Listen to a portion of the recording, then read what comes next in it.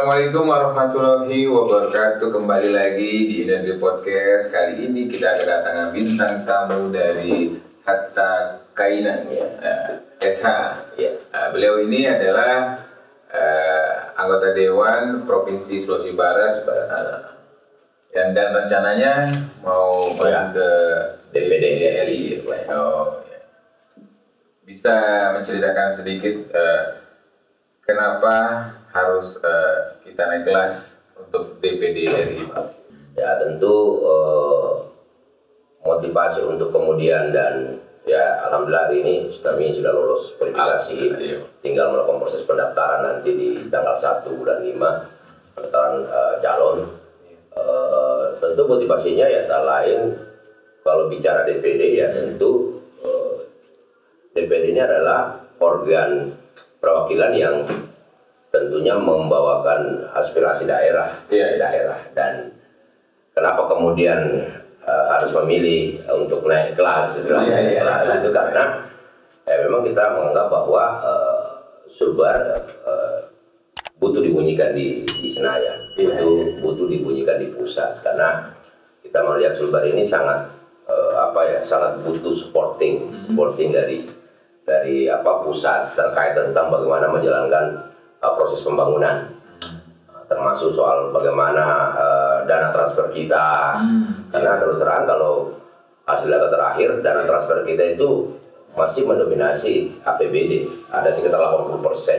80% kita itu diwarnai oleh dana transfer pusat, karena hanya 20% lebih itu dari pendapatan asli daerah kita, sehingga tentu dibutuhkan bunyian dan pressure terkait tentang atensi pusat ke Sulbar seperti itu. Dan tentu DPD ya punya ruangnya di mana, walaupun kalau bicara kewenangan mereka tidak membahas APBN, tapi rancangan APBN itu di-share dulu ke DPD, di-share dulu ke DPD. Kemudian ya proses pelaksanaan APBN juga DPD punya ruang untuk melakukan pengawasan. Itu strategisnya. Ya strategis lain ya menyangkut soal rancangan undang-undang yang berkaitan dengan otonomi daerah. Yang daerah itu DPD wajib di situ untuk kemudian tampil untuk apakah dia mengusulkan ataukah menyetujui rancangan undang-undang. Karena ada rapat bipatri di situ antara pemerintah, DPR dan DPD. Itu kalau RUU yang menyangkut tentang persoalan daerah, otonomi daerah. Itu yang barangkali hal terkait tentang apa sih yang dilakukan. Karena terkadang orang bertanya DPD itu apa? Apa bedanya DPR? Ya DPD menyangkut daerah. Persoalan air ini soal bagaimana kemudian intervensi Kementerian PU terkait tentang proyek balai rehab di Tanggul Pantai yang memang bukan kewenangan daerah. Kemudian soal efek banjir, efek banjir yang menjadi domain tidak bisa intervensi oleh APBD kabupaten, ya tentu dengan suara anggota DPD itu bisa dibunyikan, sehingga tentu kita berharap kekuatan dan kewenangan yang dimiliki oleh anggota DPD itu yang digunakan untuk kemudian melakukan push ataupun loncatan pressure, bagaimana kemudian pusat ini punya perhatian lah kepada Sulbar seperti itu. Sebenarnya jembatan mewakili Sulbar itu sangat bisa jalan ke sana apabila kita bisa duduk, ya Pak. Ya tentu dengan kemampuan, ya tentu kita kan namanya politisi ada tracking, ada pengalaman lah. Tidak mungkin kemudian kita menjadikan Senayan ini sebagai panggung uji coba. Ya alhamdulillah sebelum jadi perwakilan DPRD memuju di DPRD Sulbar, ya saya ini kan lawyer dulu sebelumnya. Tentu hal-hal yang berkaitan dengan persoalan publik ya tentu kita tidak asing lah, tidak asing. Itulah modal saya secara personality untuk kemudian berani bertarung, karena hakikat kita yang namanya politisi itu ya harus berteriak, harus bunyi. Ngapain juga kita jadi politisi hanya diam saja seperti itu.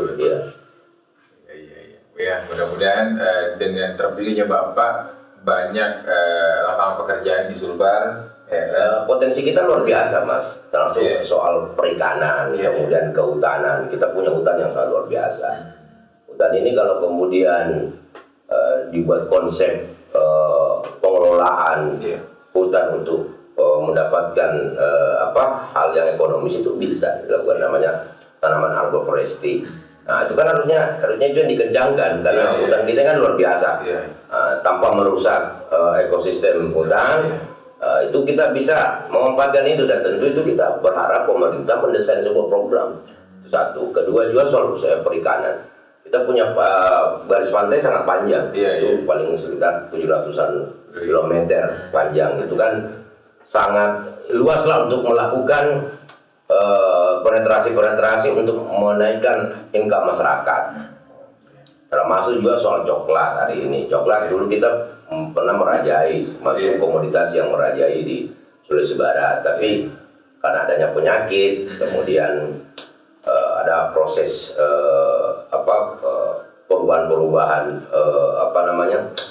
kultur bibit coklat itu, sehingga kemudian coklat ini tidak tahan penyakit. Tapi kalau kemudian pemerintah pusat melakukan atensi serius, konkret di situ, pasti ada obatnya, pasti ada solusinya. Karena coklat ini bagi saya ya masih bisa lah untuk kemudian dihidupkan kembali, karena kita punya sejarah dan masyarakat kita sudah pernah kemudian merasakan efek harga coklat. Apalagi coklat ini kan kalau sekarang harganya itu kan main di sekitar angka 35.000-38.000 rupiah per kilo. Itu sangat ekonomis ketimbang barangkali komoditas lain yang barangkali kalau bukan coklat, kalau kita di Mamuju Mamasa ini misalnya coklat kopi itu tidak akan mengangkat income masyarakat.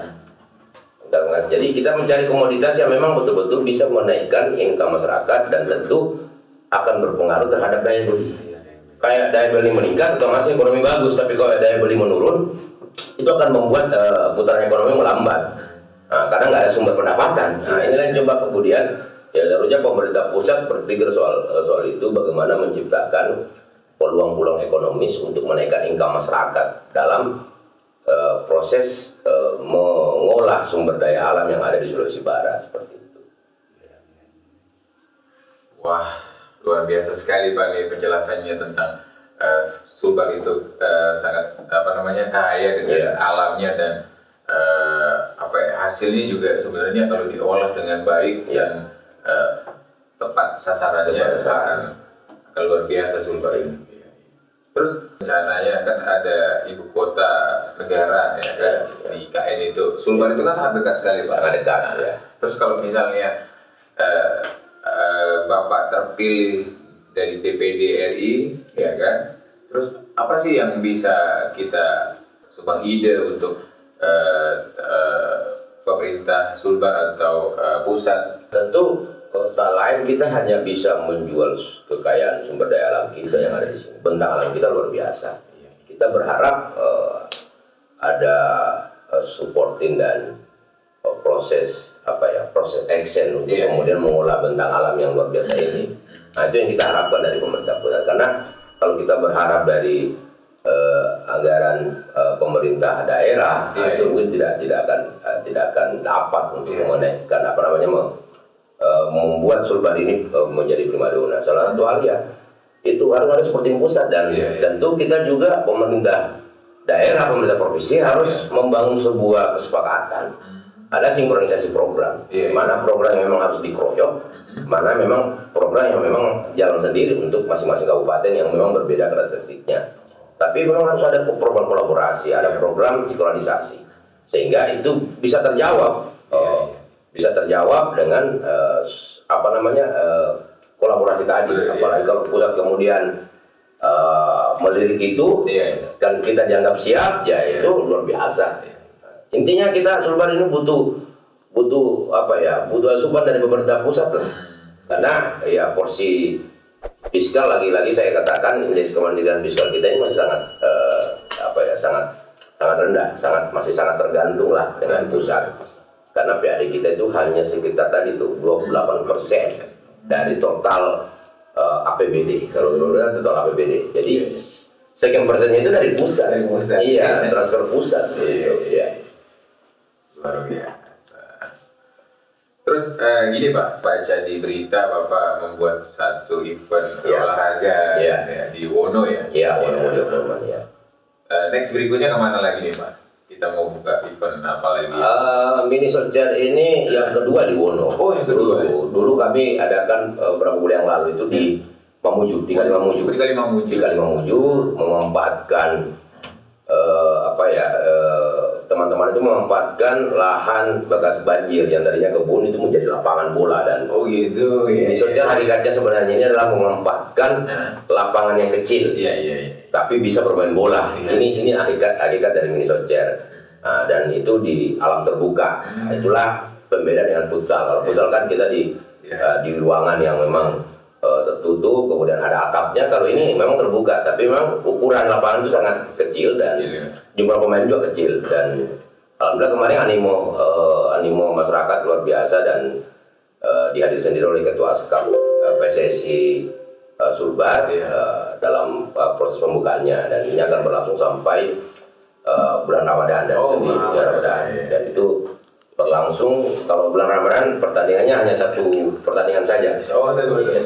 Nah, kalau terlalu siang pasti akan jadi ambil menjelang puasa pada ngabuburit. Iya, karena dia 1 kali 20 menit. 1 kali 20 menit. Jadi mungkin berlangsung mulai jam 5 lewat itu kemudian berakhir sebelum buka puasa. Terus pesan kesan untuk memilih Bapak di 2024 itu Pak, coba untuk teman-teman podcast atau seluruh Indonesia di channel YouTube itu. Ya, saya berharap tentu sebelum memilih saya, kenali juga saya seperti apa. Karena tentu tracking dan latar belakang itu penting untuk kemudian kita memilih. Dan tentu kita berharap pemilih memberikan suaranya kepada saya. Dan lagi-lagi saya katakan bahwa dukungan publik, dukungan masyarakat sangat penting bagi keterpilihan saya secara pribadi. Walaupun saya punya visi misi yang barangkali bagus didengar, tapi kalau masyarakat tidak mendukung, publik tidak mendukung, ya tidak ada yang guna juga. Sehingga kita berharap bahwa pemilih bisa mengenali saya dulu seperti apa Pak Takainang, sehingga kemudian ya semoga pemilihnya jatuh cinta kepada saya seperti itu. Amin.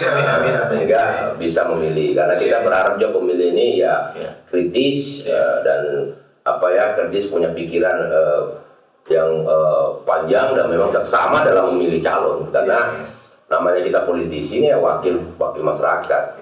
Konsekuensi dari politisi itu siap mengurusi masyarakat. Kemudian siap berteriak, bersuara, kemudian memberikan konsep bagi proses berjalannya arah pembangunan seperti itu.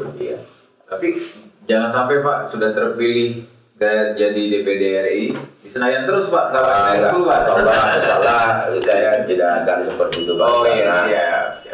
Bagi saya di Jakarta tidak asing lah, kita sudah sering-sering ke Jakarta. Artinya kalau beda barangkali kalau kita tidak pernah sama sekali merasakan asumsi Jakarta, barangkali kayak naga Jakarta. Karena kita harus membuktikan bahwa tidak selamanya barangkali perwakilan DPD itu mau kumpul di Jakarta. Karena intinya itu sebenarnya kalau kita menjadi perwakilan daerah, bagaimana sering-sering kita ke bawah, berdiskusi, adu konsep dengan masyarakat, sehingga ada sesuatu hal yang kita dapatkan, ada fakta yang kita dapatkan yang kemudian kita akan teriakan di Senayan. Seperti itu. Luar biasa sudah hadir di EDG Podcast Pak. Makasih banyak atas waktunya juga. Dan ini bagian dari cara saya untuk menyampaikan pesan. Kenapa kemudian harus maju dan untuk apa maju seperti itu. Benar. Oke, terima kasih banyak sudah datang di EDG Podcast Pak. Kali ini kita bincang tentang politik untuk 2024 terpilih jadi amin. Oke. Assalamualaikum warahmatullahi wabarakatuh. Assalamualaikum warahmatullahi wabarakatuh.